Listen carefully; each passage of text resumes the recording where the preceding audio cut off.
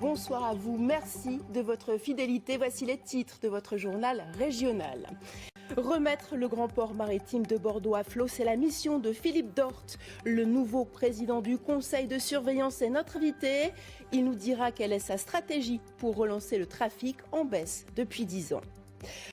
Des travaux attendus aussi sur le grand port maritime de Bordeaux en crise depuis plusieurs années. Avant d'en parler avec notre invité, Philippe Dort, voyez cet état des lieux dressé par Candice Olivari. Deux crises majeures. Le port de Bordeaux en a réglé une, celle de sa gouvernance. Philippe Dort vient d'être nommé par le ministre des Transports. Son conseil de surveillance est désormais installé, prêt à agir. Deuxième crise et qui n'est pas résolue, la crise économique. Ce n'est pas nouveau, le port de Bordeaux fait face à une chute du trafic, au départ de l'armateur MSC et à une baisse du tonnage des oléagineux. La situation est meilleure qu'il y a un an, date à laquelle le port était plombé par un conflit entre syndicats et direction, mais il reste beaucoup à faire. Le port de Bordeaux n'a pas assez diversifié ses marchés et se retrouve le bec dans l'eau.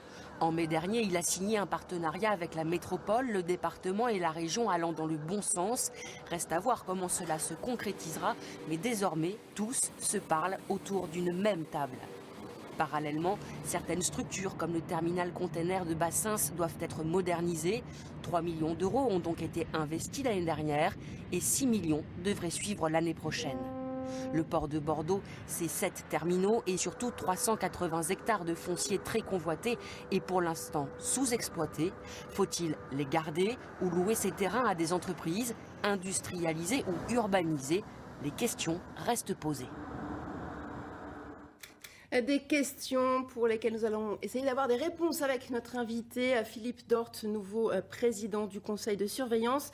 Bonsoir monsieur, c'est vous qui allez impulser la politique pour le grand port de Bordeaux pendant les 5 prochaines années.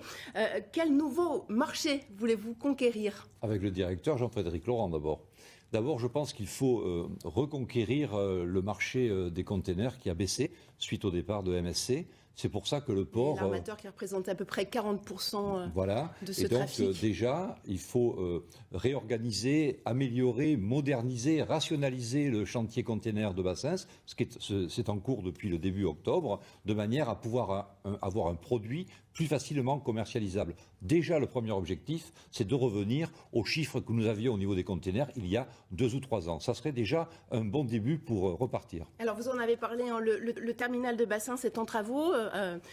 Ils ont commencé et d'autres sont à venir. En quoi cette modernisation va vous aider à conquérir de nouveaux marchés?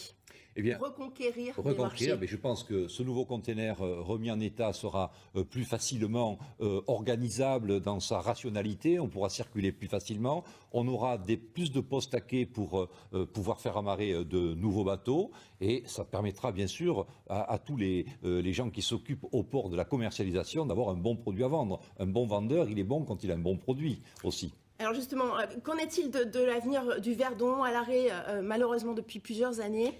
Écoutez, le Verdon, moi, c'est quelque chose qui m'a toujours passionné. Je ne souhaite pas ce dossier soit clos. Je pense qu'il faut le reprendre à l'envers. C'est-à-dire que vous avez des quantités de containers qui vont au Verdon en passant par Bassens et en remontant avec des camions. On pourrait peut-être travailler à un système de barge, pourquoi pas à hydrogène, pour réacheminer ces containers au Verdon. Et à partir du moment où le Verdon repartirait par le fluvio maritime, eh bien, on aura plus d'éléments pour convaincre les investisseurs à redéployer un grand port de mer de containers. Alors, une autre question qui a été posée par le reportage qu'on a vu, c'est qu'allez-vous faire de votre foncier, 380 hectares, très convoité, mais un peu sous-exploité?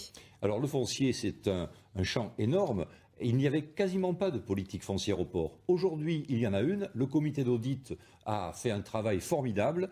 Il y a une politique foncière, mais il y a surtout une politique tarifaire foncière. Avant, c'était le tarif de l'air du temps.